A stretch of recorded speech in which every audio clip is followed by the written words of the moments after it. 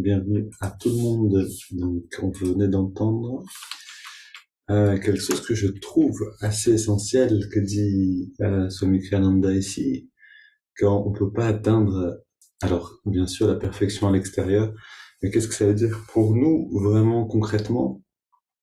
Ça veut aussi dire que toutes nos passions, c'est-à-dire tout ce qu'on recherche à l'extérieur, comme j'ai recherché longtemps, par exemple avec la pratique du trombone à coulisses, en voulant devenir un musicien de jazz, chercher la perfection dans la manière de jouer de la musique. Et Swami Kriyananda nous dit, ceux qui font ça savent en eux-mêmes qu'ils ne peuvent pas la trouver, que c'est une recherche vaine d'une certaine manière. Et c'est vrai, il y a un moment, enfin en tout cas ça a été absolument le cas pour moi, il y a un moment où j'ai vraiment senti euh, que j'allais simplement courir après quelque chose qui allait toujours reculer finalement. Et donc j'ai fini par prier pour être libéré de cette passion et ça s'est passé de cette manière. Et je crois que tous on a cette possibilité de remettre en question. Ça va tout à fait dans le thème de la résurrection, de remettre en question nos passions, c'est-à-dire ce qui nous euh, anime, comme voilà j'aime tellement collectionner des timbres. C'est pas vraiment le cas, mais quelle que soit votre passion, et puis de voir que ce qu'on aime tellement faire ne peut pas nous ramener à l'intérieur, au centre. Comme disait Kriyananda de ce ballet, il y avait une pièce de danse, voilà, il y avait un mouvement qui allait dans un autre mouvement, dans un autre mouvement, et on retournait jamais au centre. Et finalement, il n'y avait plus d'histoire ou plus de construction réelle. Et ce Mukrananda nous dit on a besoin de retourner constamment au centre, on est fait pour ça. Et je crois que c'est quelque chose d'essentiel de remettre en question nos actions, non pas pour ne pas agir, mais petit à petit se libérer de ce qui nous s'extériorise. Comme pour moi, la pratique de l'instrument, qui est une merveilleuse pratique, qui est vraiment très enrichissante, qui permet des connexions neuronales, qui permet de développer l'écoute, qui permet de développer plein de choses. Ben finalement, à un certain stade, c'était trop extériorisant et une perte, et que finalement, je pouvais trouver dans la méditation ce que je cherchais dans cette pratique extérieure. Bien sûr, il faut pas se presser avec tout ça, mais je trouve que c'est important de quelquefois retourner, remettre en question les choses. Fermer les yeux, redresser le regard.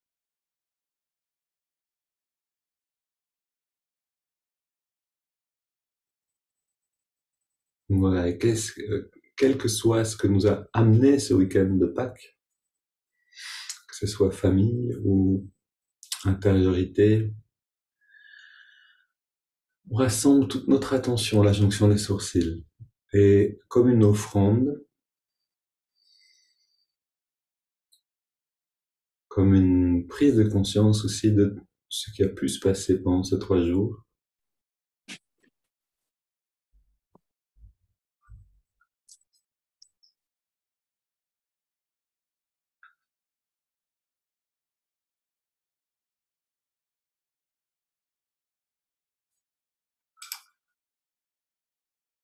et on ressent la respiration naturelle.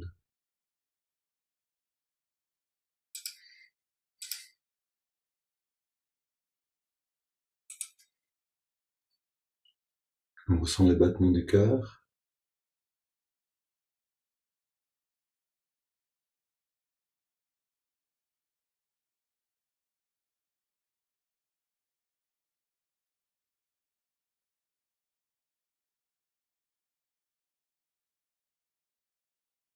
Et on rythme la respiration avec les battements du cœur. On prend contrôle de la respiration. 6 à 8 battements de cœur pour une inspire et pour une expire. Même durée.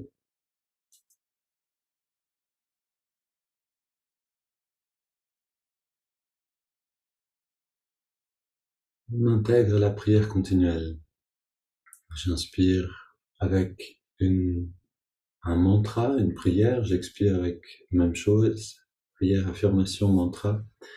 Ô guide divin, guide-moi maintenant et en chaque instant de ma vie.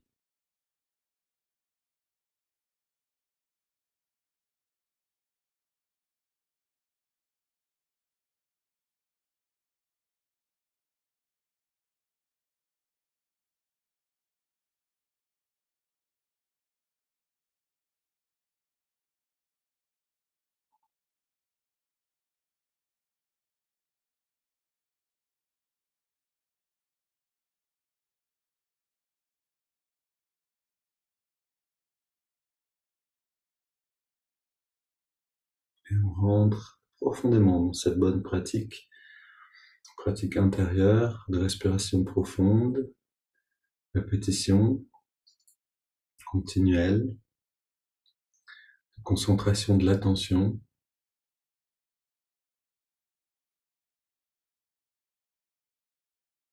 de détente et d'immobilité.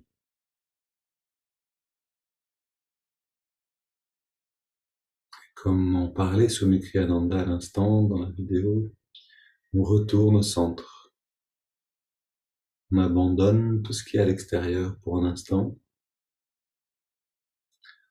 Toutes nos pensées, nos préoccupations, nos idées, tout ce qui pourrait encore venir dans notre tête, on le laisse de côté.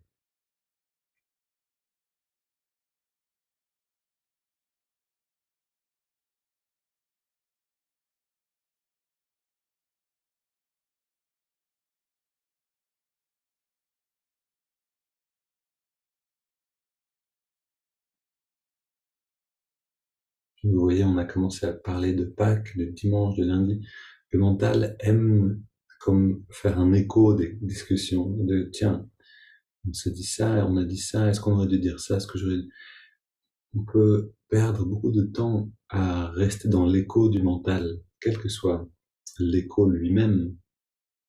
Mais prenons en conscience comment fonctionne le mental, qui aime ressasser, répéter, réinventer des dialogues. Laissons tout ça de côté et allons dans les étirements du dos en amenant la pratique intérieure. Dans les étirements, on inspire, on entrelace les doigts. Expire, on pousse les mains vers l'avant et on arrondit le dos pour étirer entre les vertèbres. Inspire, on étire le ciel. Expire, on se penche vers la gauche. Inspire au centre. Expire vers la droite. Et retour au centre. Expire, on se tourne vers la gauche. On pose les mains en soutien. 3 respirations profondes ici.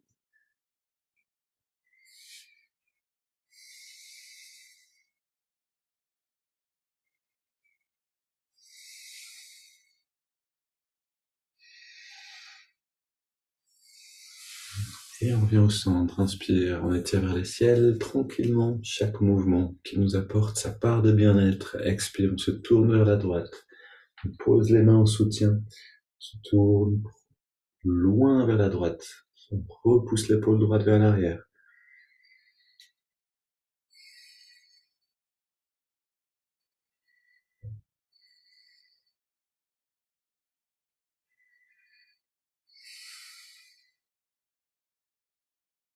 Et on revient au centre, on pose les mains derrière sur le sol ou la chaise et on se réjouit de ces 20 respirations qui nous permettent de plonger profondément dans cette perception intérieure. On se penche un peu vers l'arrière, on resserre les épaules et les coudes et on inspire par le nez. On inspire, on laisse l'air sortir de la bouche.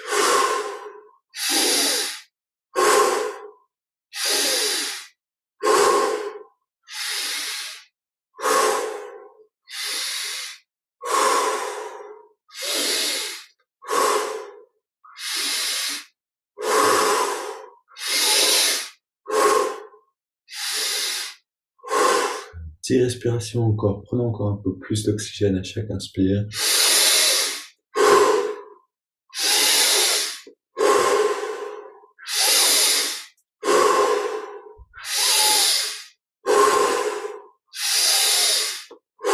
Cinq.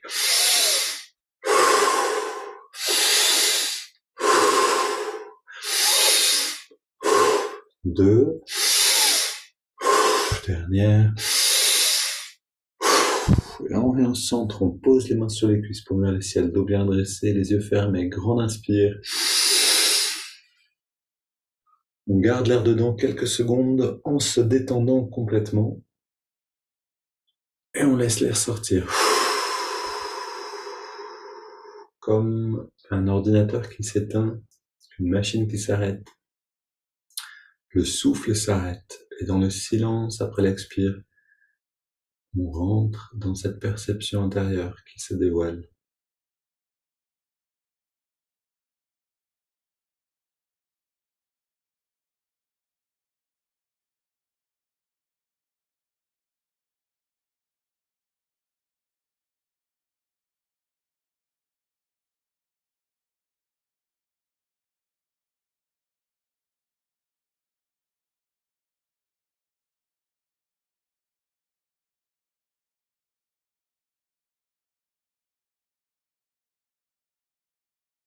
On inspire profondément.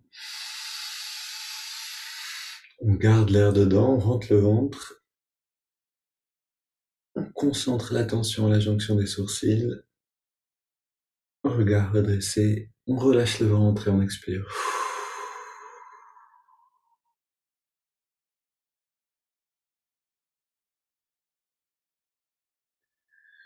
Et on reste un instant dans ce silence intérieur.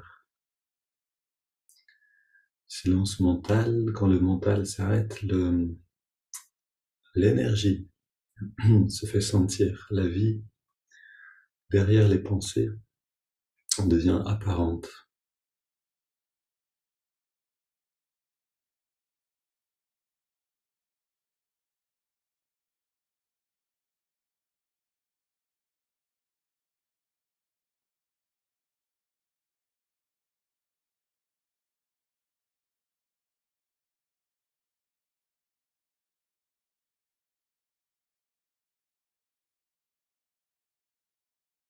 Puis on contracte tous les muscles à l'inspire. On garde l'air dedans, on serre les poings, on contracte les bras, les jambes, le dos, le torse, le cou. Expire et on relâche tout. On recommence.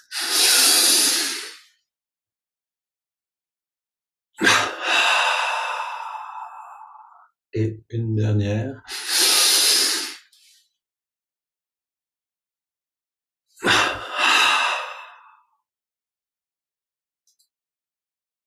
Mais on demeure dans cette détente profonde et on inspire sur 5 avec notre pratique intérieure. On garde l'air dedans et cette pratique continue, donc prière continuelle, japa, mantra japa, et expire.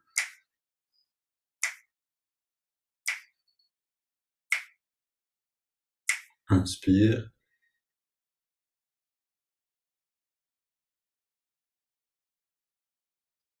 On garde l'air dedans. On sent ce calme qui s'installe dans le mental et dans le cœur, les sentiments, et on expire.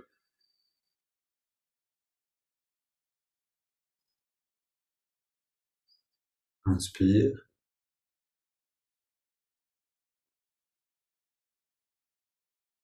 On garde. Expire.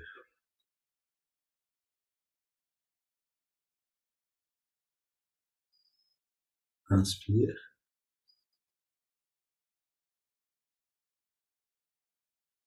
On retient le souffle. Expire. Le corps se détend profondément. Un dernier cycle, inspire.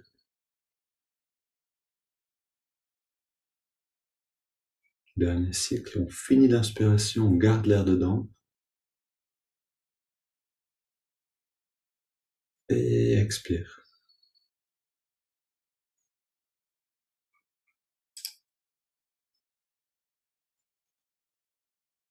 Une grande inspire. Et on laisse l'air aller et venir.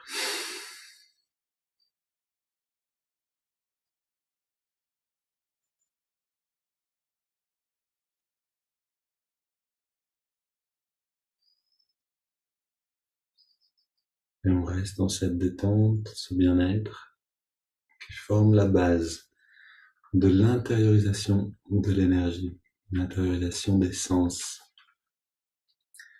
Et cette intériorisation des sens et de l'énergie est la base de l'état de méditation. C'est comme le seuil de la porte pour rentrer dans ce royaume.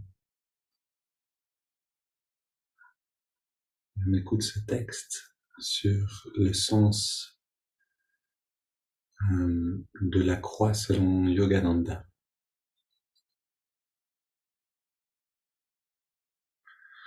Vivre pour Dieu, a déclaré Paramahansa Yogananda, est un martyr. Oui, a déclaré Paramahansa Yogananda à l'auteur, donc là il parle avec quelqu'un. Vivre pour Dieu est un martyr. Cela implique de sacrifier non seulement le corps physique, mais même l'ego qui l'anime. La croix est universellement reconnue comme le symbole du christianisme. Malheureusement, il définit si complètement la religion du Christ que de nombreux chrétiens croient aussi que la sainteté se manifeste par l'intensité de la souffrance plutôt que par une attitude sereine face à la souffrance. Certaines personnes croient même qu'un esprit joyeux déplaît à Dieu.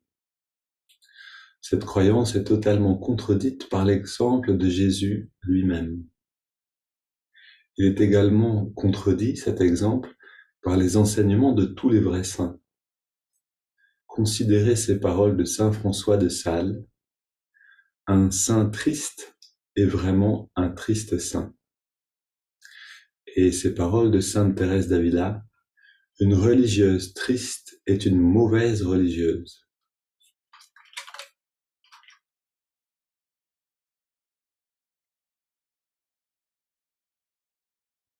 Alors allons chercher un bon sourire en nous-mêmes. Allons chercher, comme on l'a fait quelquefois déjà, souvenir d'un moment joyeux, le souvenir d'un bon moment.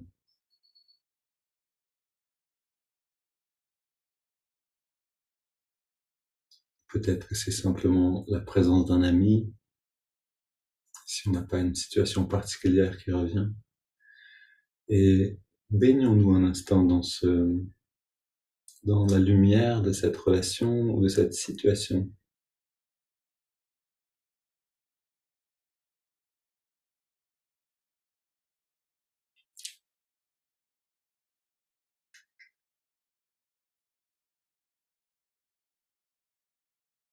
Et quand on a trouvé le sourire, on le garde, on se baigne dedans. C'est pas une pratique évidente au début, on a besoin de s'entraîner un petit peu.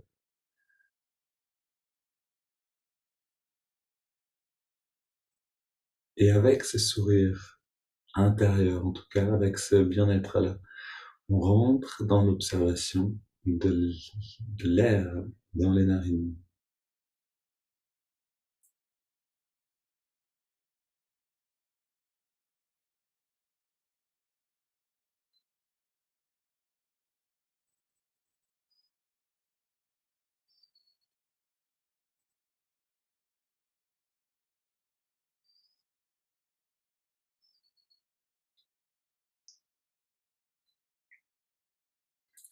Et on ressent la fraîcheur de l'inspire et la tiédeur de l'expire.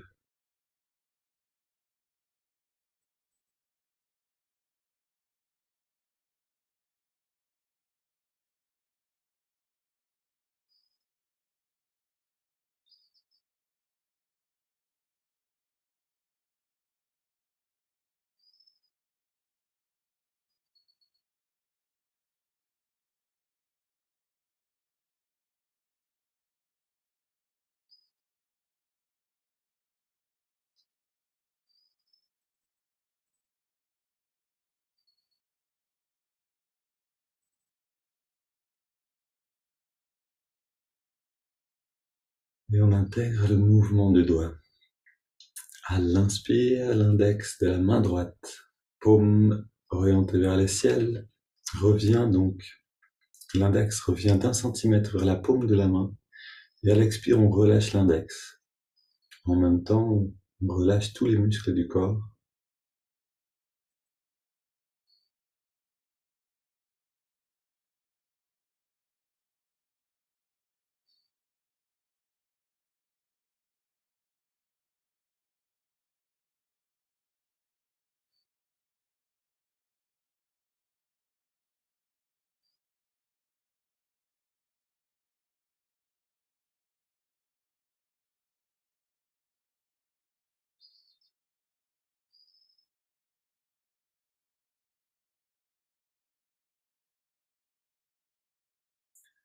Et en quelques respirations, on atteint ce seuil platéal, le retrait de l'énergie et des sens, le début de la béatitude.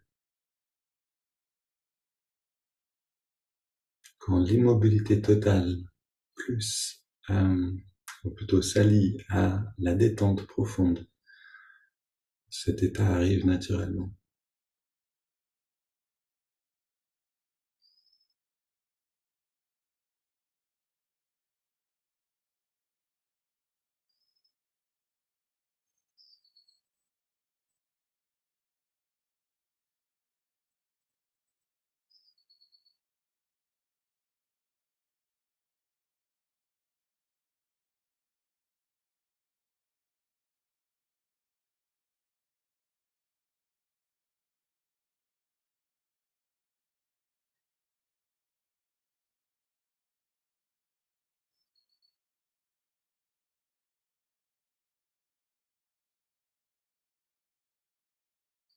Et on intègre aussi le mantra.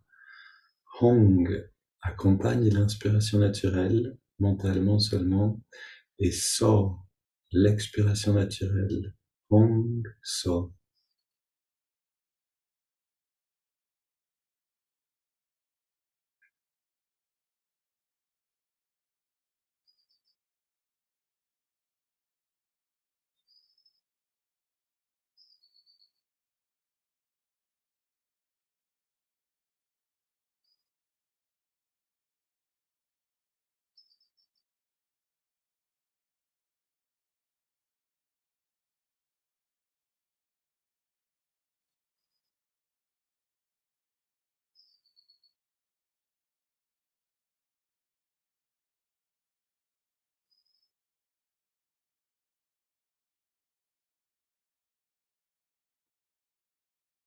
On peut alors abandonner le mouvement du doigt si on a atteint cette détente profonde et garder le mantra et l'observation du souffle encore un peu.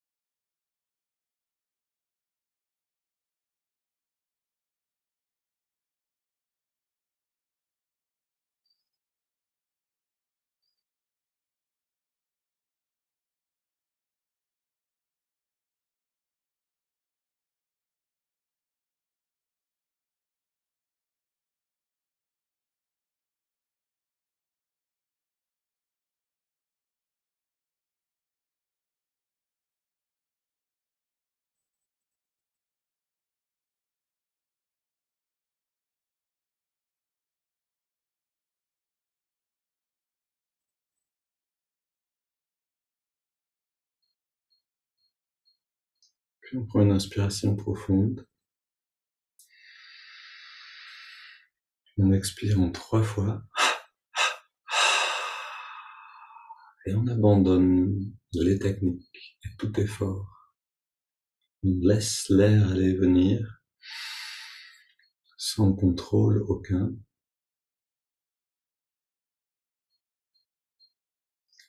Donc on abandonne l'observation du souffle, le mantra, le mouvement du doigt, et on reste un instant dans cette écoute intérieure.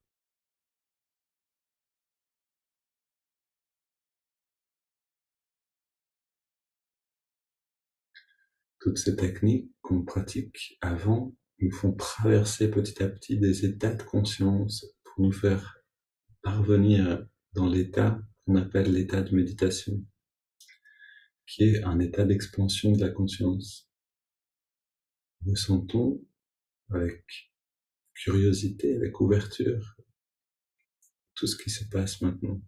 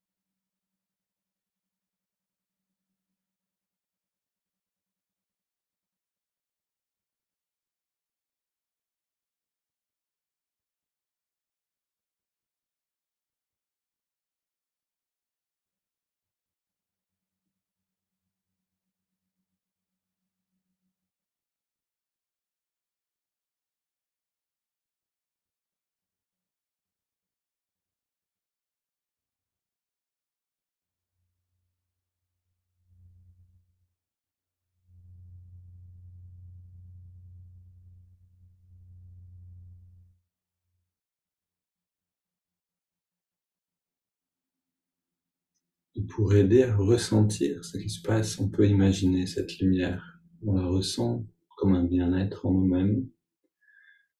On la voit qui grandit, qui entre en expansion, illumine le corps, chaque cellule, et dépasse les limites du corps physique.